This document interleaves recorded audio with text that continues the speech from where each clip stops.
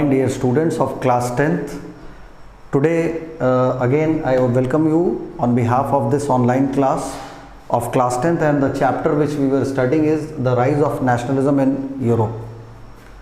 So today two things I just want to tell you before starting the topics. First thing is that today we'll only study this much topics, only 4 topics. In the next class we will cover that. This is the first thing.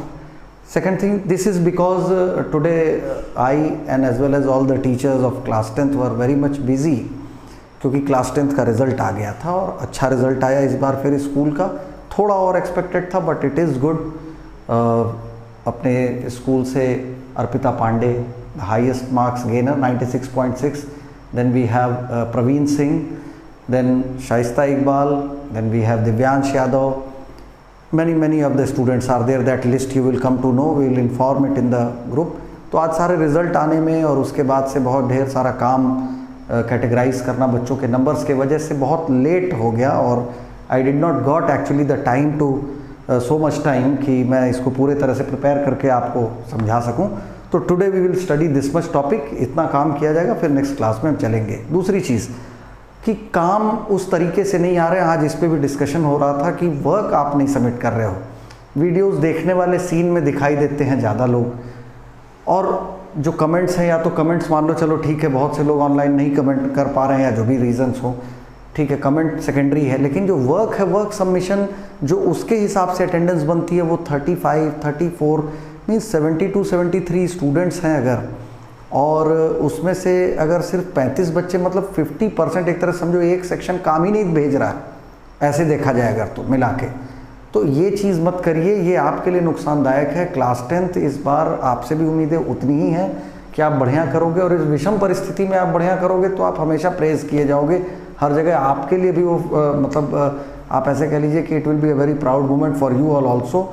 तो take it seriously. Class 10th आप अपना काम करके properly समय पे जमा करिए. Now the age of revolutions, जो टॉपिक अब हम स्टार्ट कर रहे हैं शॉर्ट, जैसे मैंने कहा टाइम की आज कमी है तो we'll just cover these 4 topics and then on the next class. तो एज ऑफ रेवोल्यूशंस जो था, रेवोल्यूशंस के एज अब स्टार्ट हो गए. नेशनलिज्म आती है तो किसी ना किसी रिवोल्ट से आती है. हम लोगों ने पहले भी पढ़ा हुआ है फ्रेंच रेवोल्यूशन में कि किस तरीके से लोगों ने जब रिवोल्ट किया तो उससे एक फीलिंग आई. अपने हमारे खुद के देश में आप देख लीजिए कितनी क्रांतियां हुई, कितने आंदोलन हुए, और जिसके वजह से हम लोग एक नेशनलिस्ट फीलिंग में आए, कॉमन आइडेंटिटी में आए. तो वैसे ही यहाँ पे भी रेवोल्यूशंस का एज स्टार्ट हुआ, जिसमें liberalism and nationalism came to be increasing associated with revolution.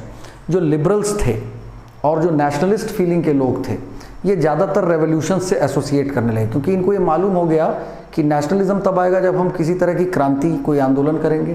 क्योंकि ऐसे जब कोई आंदोलन होते हैं किसी मुद्दे को लेकर तो हमारे साथ और बहुत से लोग जुड़ते हैं. There are lot of people who associate with us in these type of issues. Then struggle for independence in Greek में 1821 में इस तरह की फीलिंग को लेकर, रेवोल्यूशन की फीलिंग को लेकर 1821 में ग्रीक में जो था वहाँ पे इंडिपेंडेंस स्ट्रगल स्टार्ट हो गई. आज़ादी के लिए लोगों की मांग जोर पकड़ ली, और finally treaty of Constantinople, see the name, treaty of Constantinople 1832. आज का क्वेश्चन भी है कि Greek got independent from which of the treaty. You have to name this treaty in the comment box. तो the answer is the treaty of Constantinople 1832 में. इस treaty में ये मान लिया गया, ये समझौता हो गया कि now Greek is a independent nation. माने रिवोल्ट शुरू हुआ, स्ट्रगल शुरू हुआ 1821 में, और 1832 तक जाते जाते ग्रीक एक इंडिपेंडेंट नेशन हो गया. तो एक रेवोल्यूशन का रिजल्ट तुरंत दिखाई दिया कि एक नेशन, और जब नेशन कोई बन जाता है, फ्री नेशन है, इंडिपेंडेंट नेशन है, तो ऑब्वियस है कि सिटीजन्स के अंदर एक तरह की नेशनलिस्ट फीलिंग आ जाती है, जो नेशनलिज्म हमारा टॉपिक ही है. फिर आते हैं romantic imagination and national feeling. Romanticism, अब ये रोमांटिक वाला मत समझ लीजिएगा, काफ़ी हद तक उससे एसोसिएटेड भी है, लेकिन यहाँ सेंस है रोमांटिक का कि associated with music, with culture, with poetry, art, इसको रोमांटिक और नेशनलिस्ट फीलिंग मानी गई. एक्चुअली इन जो यूरोपियंस थे जो इसमें बिलीव करते थे, रोमांटिसिज्म में बिलीव करते थे, उनका ये मानना था कि सिर्फ वॉर से आप नेशनलिज्म नहीं ला सकते हैं, सिर्फ लड़ाई लड़के नेशनलिज्म नहीं आती। कभी आप गौर करिए इस चीज़ को, जैसे ये कह रहा है सिर्फ लड़ाई से नहीं आ सकती है, ये आती है आर्ट से भी, पोएट्री से भी, स्टोरीज से भी, म्यूज़िक से भी।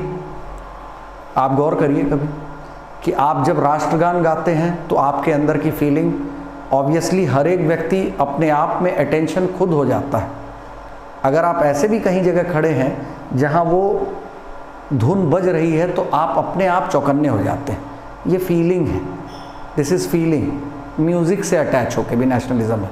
हम फ्लैग देखते हैं, वी बिलीव कि कॉमन आइडेंटिटी है, या हम ड्राइंग बना रहे हैं, तो हर एक जगह पर मतलब चाहे वो पोएट्री हो, देशभक्ति की बहुत सी कविताएं हैं, कई वीर रस की कविताएं हैं ऐसी कि पढ़ते समय ऐसा लगता है, जब सुनते रहिए तो मन करता है चलो अभी खड़े हो जाओ और अब आज कुछ भी कर दिया जाएगा। तो कहने का मतलब ये था कि यूरोपियंस के ये समझ में आया, जो उसमें से कुछ लोग ऐसे थे जो रोमांटिक इमेजिनेशन मीन्स उनका ये मानना था कि सिर्फ लड़ाई लड़के आप टेरिटरीज का एक्सपेंशन नहीं कर सकते और सिर्फ लड़ाइयों से ही देशभक्ति की भावना नहीं जागती है, वो आर्ट, पोएट्री, स्टोरीज, म्यूजिक, इन सारी चीज़ों से शेप होती है nationalist feeling. And it is true that nationalist feeling comes from these things also. तो romanticism was a cultural movement, मतलब ये जो रोमांटिक इमेजिनेशन या रोमांटिक को मानने वाले जो लोग थे, रोमांटिसिज्म, इसको उन्होंने एक कल्चरल मूवमेंट माना कि एक तरह का कल्चर से रिलेटेड आंदोलन है कि हम जितना अपने कल्चर के करीब होंगे उतना हम नेशन के करीब होंगे। हमारे जो फोक सॉन्ग्स हैं, हमारे जो फोक डांसेस हैं, हमारे जो बेसिक जो कहानियाँ हैं पुराने लोगों की, कई बार हम देखें उनको पढ़ के भी, महाराणा प्रताप की स्टोरी पढ़ के कितने लोग इंस्पायर होते हैं आप में से बहुत से लोग। महात्मा गांधी जी के बारे में पढ़ के कई लोग संघर्ष करने की वो जानते हैं कि एक जो जिस आइडियोलॉजी नॉन वायलेंट पे वो चले, भगत सिंह, चंद्रशेखर आज़ाद, ऐसे लोगों की स्टोरीज पढ़ के भी आपके अंदर एक फीलिंग आती है, एक जज्बा आता है, आप इंस्पायर होते हो।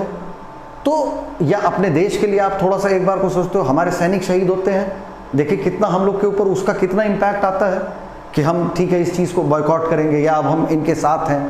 तो कहीं ना कहीं ये कल्चरल मूवमेंट भी था। अब आते हैं hunger, hardship and popular revolt. देखिए 19वीं सेंचुरी तक जाते जाते पॉपुलेशन बढ़ना शुरू हो गई, और जब पॉपुलेशन बढ़ती है तो ऑब्वियस है कि फूड की डिमांड्स बढ़ेंगी और जाहिर सी बात है कि प्राइसेस भी कई बार हाई हो जाते हैं, कॉम्पिटिशन्स बढ़ जाते हैं, तो फूड की डिमांड बढ़ेगी। प्रोडक्शन पता नहीं उतना हो रहा है कि नहीं हो रहा है। प्रोड्यूसर्स भी, किस तरह के प्रोड्यूसर्स आपके यहाँ अवेलेबल हैं, इसका भी बहुत बड़ा इफेक्ट आता है आपकी इकोनॉमी पे और सोसाइटी पे। कुछ ऐसा ही यहाँ हुआ। 19वीं सेंचुरी में पॉपुलेशन में ज़बरदस्त इनॉर्मस इंक्रीज, भरपूर बढ़ोतरी हुई, जिसका खामियाजा भुगता स्मॉल प्रोड्यूसर्स ने। जो छोटे प्रोड्यूसर्स थे, छोटा कारोबार जिनका था, छोटी मैन्युफैक्चरिंग यूनिट्स जिनके पास थी, उनको स्टिफ कंपटीशन मिलने लगा। और किससे मिलने लगा ये स्टिफ कंपटीशन? एक कड़ा मतलब कंपटीशन किससे मिल रहा था?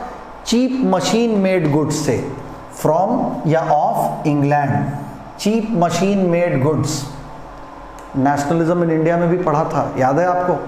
वहाँ मैंने भी बताया था कि इंडिया में भी ये प्रॉब्लम आई थी जब लोग खादी और स्वदेशी की बात करने लगे और स्वदेशी आ गया तो खादी एक्सपेंसिव थी। तो शुरू में तो स्वदेशी आंदोलन आया तो सब खादी पे आ गए या अपने देश की स्वदेशी चीज़ों के लिए बात करने लगे, आंदोलन चलने लगा। कुछ दिनों बाद लेकिन जो मिडिल क्लास या जो पुअर क्लास था वो खादी एक्सपेंसिव क्लोथ था तब भी और आज भी एक्सपेंसिव है, अफोर्ड नहीं कर पा रहा था। और उस समय भी इंग्लैंड से जो मशीन मेड गुड्स थे that were very much cheaper. तो जब सस्ते उपलब्ध हैं आपके सामने तो, और जब आर्थिक स्थिति खराब होगी तो जाहिर सी बात है कंज्यूमर जो है, कस्टमर जो है उसी तरफ बढ़ेगा। तो कुछ ऐसा ही यहाँ पे भी हुआ, यूरोप में भी होना शुरू हो गया। इंग्लैंड से बने हुए मशीन मेड गुड्स सस्ते थे जिसके वजह से small producers stiff competition face करने लगे, हंगर, हार्डशिप आने लगी, और ऐसे में weavers revolt, outbreak of revolt हुआ, दैट वाज वीवर्स रिवोल्ट। अब देखिए किसी ना किसी, वीवर्स सबसे ज़्यादा अफेक्टेड हुआ, प्रोडक्शन कर रहा है, सामान बिक ही नहीं रहा है। अपने यहाँ जैसे हैंडलूम, एक समय देखिए हैंडलूम कितना ज़्यादा, अपने गोरखपुर की आप बात कर लीजिए, हैंडलूम के लिए गोरखपुर फेमस था। आप कभी गोरखनाथ वाली रोड पे आप हुमायूंपुर से होते हुए जाते रहते तो हथकरघा जो हाथ से बनी हुई मशीनें थी, आवाज़ आती रहती थी दोनों तरफ रोड से, ख़त्म हो चुका है क्योंकि उससे सस्ते क्लोथ्स आ गए, उतना टाइम कंज्यूमिंग, उतना लेबर कॉस्ट लेके वो एक्सपेंसिव हो जाता था। आज वो बेचारे गिने चुने कारीगर उसके बचे होंगे। तो उसी तरीके से यहाँ जो वीवर्स थे, जब इनके साथ हंगर, हार्डशिप मीन्स भूख और विषम परिस्थितियाँ आई तो पॉपुलर रिवोल्ट स्टार्ट हुआ।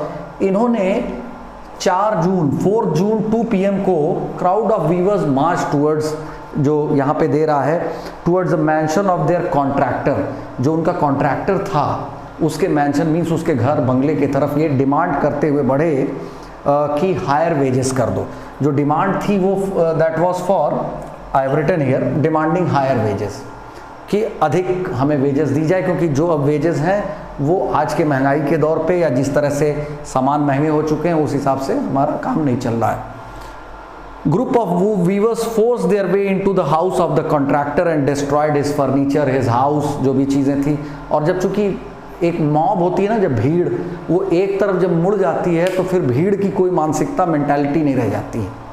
10 लोग, 20 लोग, 50 लोग इकट्ठा हुए और एक आदमी ईंटा उठा के मारना शुरू किया तो कई बार क्या होता है कि जो शरीफ लोग भी जो गए थे कि हम पीसफुली खड़े रहेंगे और विरोध करेंगे, वो भी कई बार उसी भीड़ में शामिल हो जाते हैं और क्या स्थिति हो जाती है इसका कोई अंदाज़ा नहीं लगा सकता है।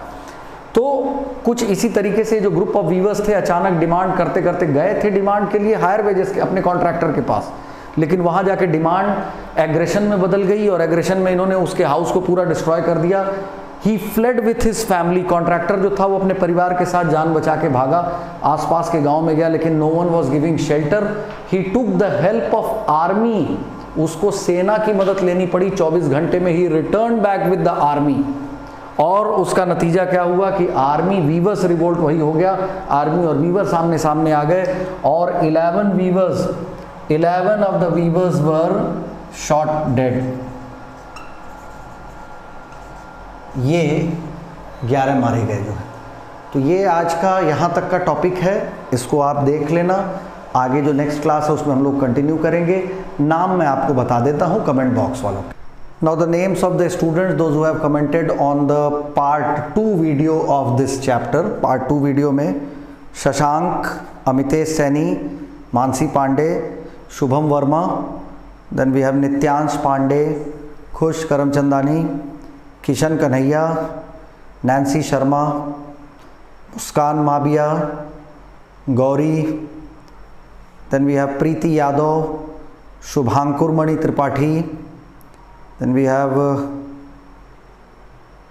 she is my mother, my name is Vedika Dubey, okay, Ansh Mishra, Sudhanshu Kushwaha, Aryan Kumar Prajapati, Maria Khurshid, Abhijeet Gond, Nimish Singh Dinkar, Krishna Dubey, Shriya Singh, Sahil Raj, Harshit Dubey.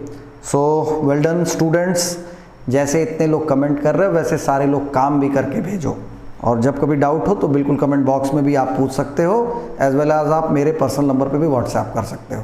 So keep studying, goodbye and thank you.